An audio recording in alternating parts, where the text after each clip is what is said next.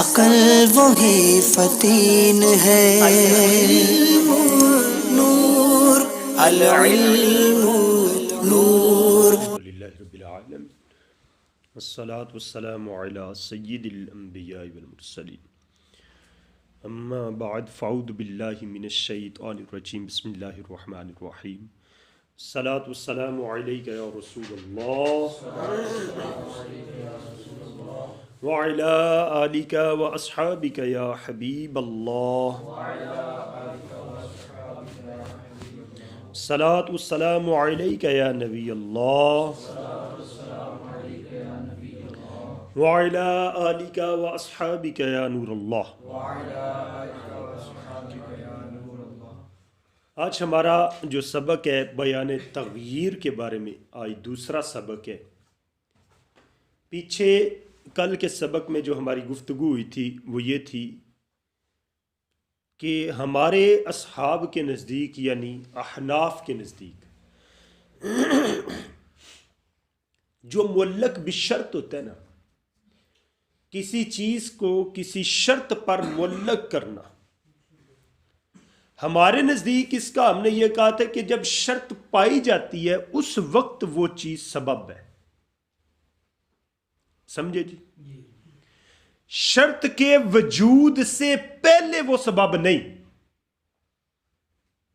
समझ जी? अंति तालिकुन इन दखलती दार, अंति तालिकुन इन दखलती दार।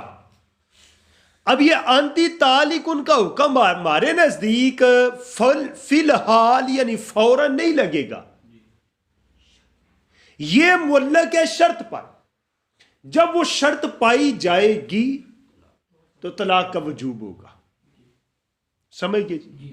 इमाम शाफी के नजदीक क्योंकि जो काम किसी शर्त पर मुअल्लक होता है तो उनके नजदीक वो फिलहाल ही सबब है, फिलहाल ही सबब है, मगर उस वक्त वो अजनबिया थी इसलिए वो उसके ऊपर हुक्म नहीं लगता। अजनबिया औरत है या कोई भी औरत है अपनी महारिम में से या अपनी जो मनकूहा बीवी है तो उसमें से उसको कहा कि अंति तालिकुन दखलती दार, तो इमाम शाफी ये फरमाते हैं ये फौरन तलाक का हुक्म लगना था, लेकिन आगे शर्त है ना, आगे क्या है? शर्त है। समझ गए जी? हमारे नजदीक फिलहाल सबब नहीं, शर्त के वजूद के वक्त सबब है, शर्त के। अब इसी माना के एतबार करते हुए फरमाते वली हादल माना, इसी माना की वजह से कुलना हमने कहा शर्तु सिहत तालीक लिल वकू फी सूरत आदमिल मिल्क। फरमाते तालीक के दुरुस्त होने की शर्त, किसी भी चीज को मुअल्लक करना है ना, तो वो जो मुअल्लक किया जा रहा है उसके दुरुस्त होने की शर्त क्या है? लिल वकूई, वाक़ होने के लिए, फी सूरती अदमिल मिल्की, कि जब किसी काम को ऐसी चीज पर मुअल्लक किया कि जिसमें वो उस चीज का मालिक नहीं, अजनबी है, गुलाम है किसी और का, और उसको कहा कि इन मलक तू का फअंता हुर्रुन,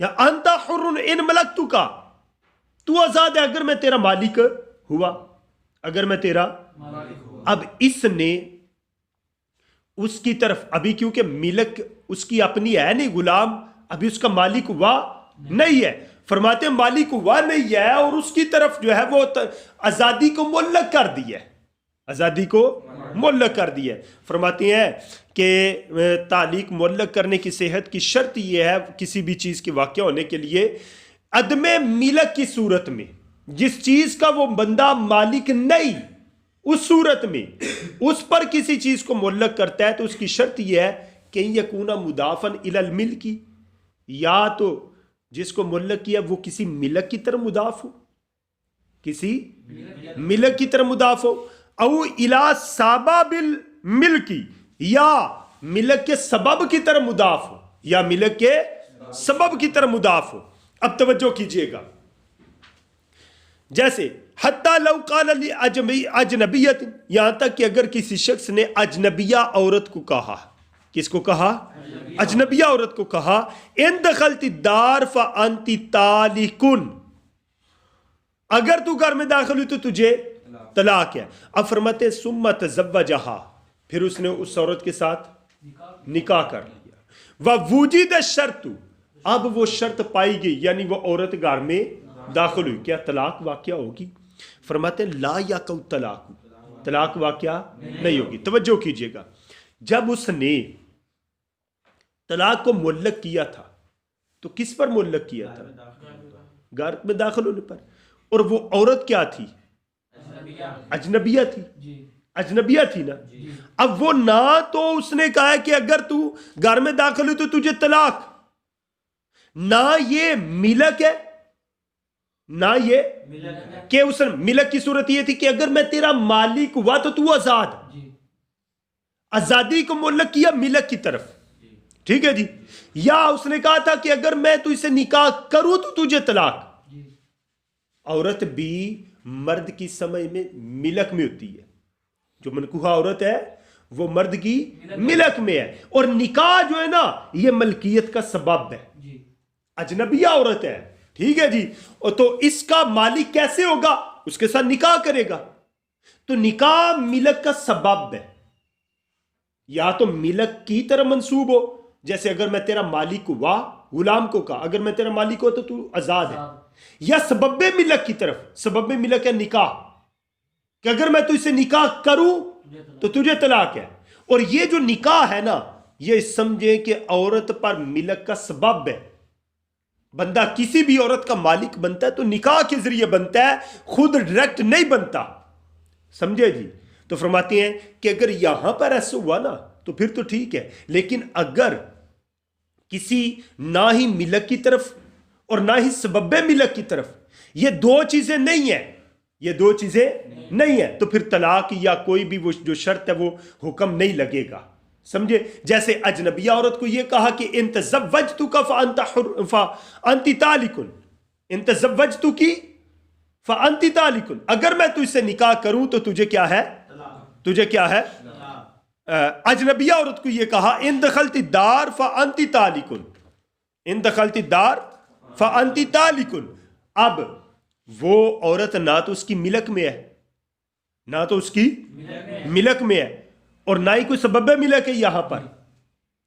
अगर ये दाखिल हो भी गई, अब अगर दाखिल होगी तो फिर तो सीधी सीधी बात है कि अजनबिया औरत है, तो तलाक वाकया नहीं होगी।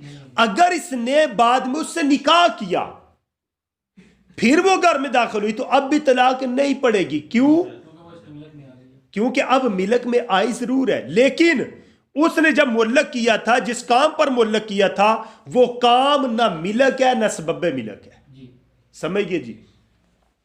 फरमाते हैं वकदालिका ऐसे तूलुल हुर्रती यमनउ जवाजा निकाहिल आमती। फरमाते इसी तरह तो दूसरा मसला ये आ जाता है कि एक बंदा है ना, वो आजाद औरत के साथ निकाह करने पर कादिर है, सरमाया भी है, सब कुछ है, ताकत भी है, समझिए। आजाद औरत, हमारे मुआशरे के अंदर जितनी औरतें आजाद हैं, यानी इनमें से कोई लौंडी नहीं है, इनमें से कोई लौंडी नहीं है, तो ये आजाद औरत है। अगर इनमें से किसी औरत के साथ वो निकाह करने पर कादिर है ना, तो फिर इमाम शाह फरमाते हैं कि वो बंदा लौंडी से निकाह नहीं कर सकता, लौंडी से। क्यों? क्योंकि आजाद औरत पर कुदरत जो है ना, आजाद औरत पर कुदरत ये लौंडी के निकाह से माने है। अगर बंदा आजाद औरत से निकाह कर सकता है तो फिर लौंडी से नहीं कर सकता। लौंडी से उसी वक्त करेगा जब आजाद औरत के साथ निकाह करने पर बंदे को कुदरत ना हो, समझ गए जी। फरमाते हैं वकदालिका तूलुल हुर्रती, इसी तरह आजाद पर कुदरत, आजाद औरत के साथ निकाह पर कुदरत यमनाउ, ये मना करती है जवाजा निकाहिल आमाती, लौंडी के साथ निकाह के जायज होने को। इंदाहू, इमाम शाफी के नजदीक, किन के नजदीक? इमाम शाफी के नजदीक। लेनल किताब अल्लाह का निकाहल आमाती बी आदमी तौली फ़इंद वजूद तौली कान शर्त आदमन व आदम शर्ती मानी और मिनल हुक्मी फला यजूज़। फरमाते हैं इसलिए कि किताब ने, किताब से मुराद किताबुल्लाह ने, अल्लाह पाक के कुरान ने, किताब ने लौंडी के निकाह को मुअल्लक किया है। भाई लौंडी से तुम निकाह उस वक्त कर सकते हो जब तुम्हारे अंदर आजाद औरत के साथ निकाह करने की कुदरत ना हो। किताब ने यह कहा है, किताब ने यह कहा है, किताब ने मुअल्लक किया लौंडी के निकाह को बी आदम तौली, कुदरत ना होने के वक्त, आजाद औरत के साथ निकाह पर कुदरत के ना होने के साथ फ़इंद वजूद तौली, और अगर कुदरत हो, अगर निकाह करने की कुदरत है, आजाद औरत के साथ निकाह पर बंदा कादिर है, तो फरमाते हैं फ़इंदा वजूद तौली, कुदरत के वजूद के वक्त कान शर्त आदमन, शर्त नहीं पाई जाएगी, शर्त मादूम हो जाएगी। शर्त क्या हो जाएगी? मादूम हो जाएगी। और शर्त का मादूम होना वह आदम शर्ती, और शर्त का मादूम होना मानियो मिनल हुक्म, वो हुक्म से क्या है? मान्य है। वो हुक्म से क्या है? मान्य है। वो हुक्म से क्या है? फला यजूज़ु। तो इमाम शाफी फरमाते हैं कि अब उस औरत के साथ जो है लौंडी के साथ निकाह करना जायज नहीं है, निकाह करना जायज एक मसला ये। दूसरा मसला यह है कि अगर कोई औरत है जिसको तलाक बाइन हो चुकी है और वो उसको तलाक बाइन हो गई है, निकल गई है निकाह से, है? अब जब तक वो इद्दत में है, इद्दत के अंदर उसको नफका देंगे या नहीं देंगे? ठीक है जी। अब इमाम शाफी फरमाते हैं कि ऐसी सूरत के अंदर कुरान ये कहता है कि अगर वो हामिला हो, अगर वो, तो अब उसको नफका देना है। अब उसको क्या करना है? यानी नफके के वजूब को किस पर मुअल्लक किया है? हमल पर। किस पर मुअल्लक किया है? अगर हमल नहीं, तो इमाम शाफी क्या फरमाते हैं? नफका भी नहीं। अगर हमल नहीं तो नफका भी नफके के वजूब को मुअल्लक किया है हमल पर। कहा कि अगर वो हामिला हो तो उनका नफका है, तो अगर हमल ना हो तो नफका। इमाम शाफी का मौक़िफ़ है, फरमाते हैं व कज़ालिका क़ाल शाफी, इसी तरह इमाम शाफी फरमाते हैं ला नफ़क़त लिल मबतूतती, बाइना औरत जिसको तलाक़ बाइना हो चुकी हो उसके लिए नफका नहीं, इल्ला इज़ा कानत हामिलन, मगर यह कि जब वो हामिला हो। लिअन्नल किताब अल्लकल इन्फ़ाक़ बिल हामली, क्यों? किताब ने मुअल्लक किया है खर्चे को, इन्फ़ाक़ खर्च करने को, खर्च करने को मुअल्लक किया है बिल हमली, किसके साथ?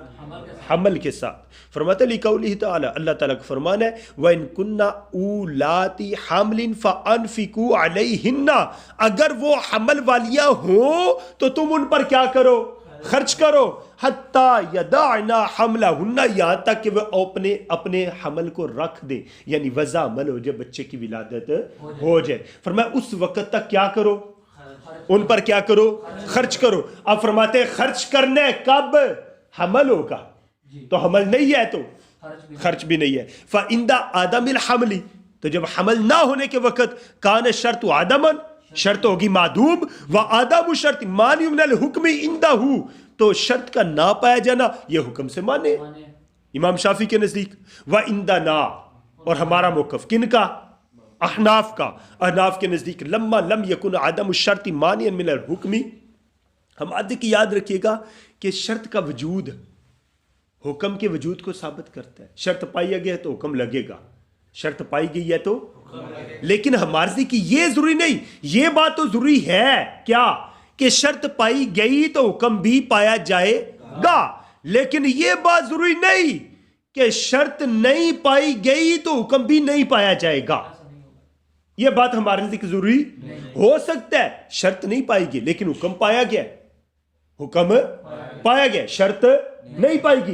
हो सकता है शर्त नहीं पाएगी लेकिन हुक्म पाया गया है कि इस शर्त के ना पाए जाने की वजह से हुक्म नहीं, हुक्म हो सकता है किसी दूसरी वजह से आ गया हो, अगरचे ये शर्त नहीं पाएगी लेकिन हुक्म किसी दूसरी तरफ से आ गया हो। फरमाते हैं हमारे नजदीक लम्मा लम यकुन आदम शर्त मानियन मिनल हुक्मी, हमारे नजदीक अदम शर्त, शर्त का ना पाया जाना हुक्म से माने नहीं, हुक्म से माने नहीं।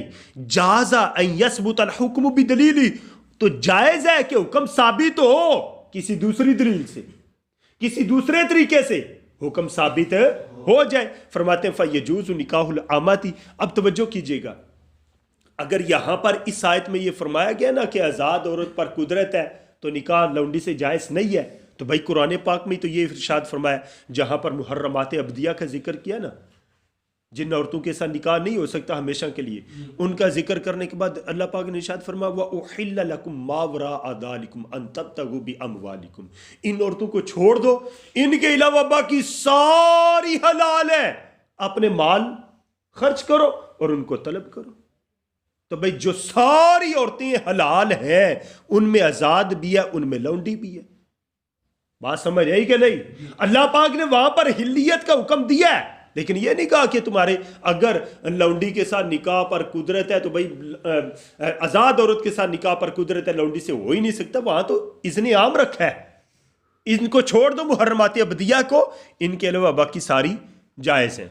तो फरमाते हैं हमारे नज़दीक जो है ये हुक्म साबित हो जाएगा फ़यजूज़ निकाहुल अमाती, लौंडी के साथ निकाह करना भी जायज़ है, व याजिबुल इन्फाक़ु बिल अमूमाती। और ये जो दूसरे मसले में आपने कहा है कि अगर वो हामिला है तो नफ़का देना है, तो हमने कहा ये नफ़का उसके लिए वाजिब होगा, क्योंकि कुरान की दूसरी आयत भी तो है, सिर्फ इसी आयत को तो नहीं लेना, दूसरी आयत भी है जिनके अंदर नफ़के का जिक्र है, इसलिए उस तलाक याफ्ता औरत के लिए नफ़का होगा जो इद्दत के अंदर है। अल्लाह पाक हमें इस सबक को अच्छे तरीके से याद करने की तौफीक अता फरमाए। सल्लु अलल हबीब सल्लल्लाहु तआला अलैहि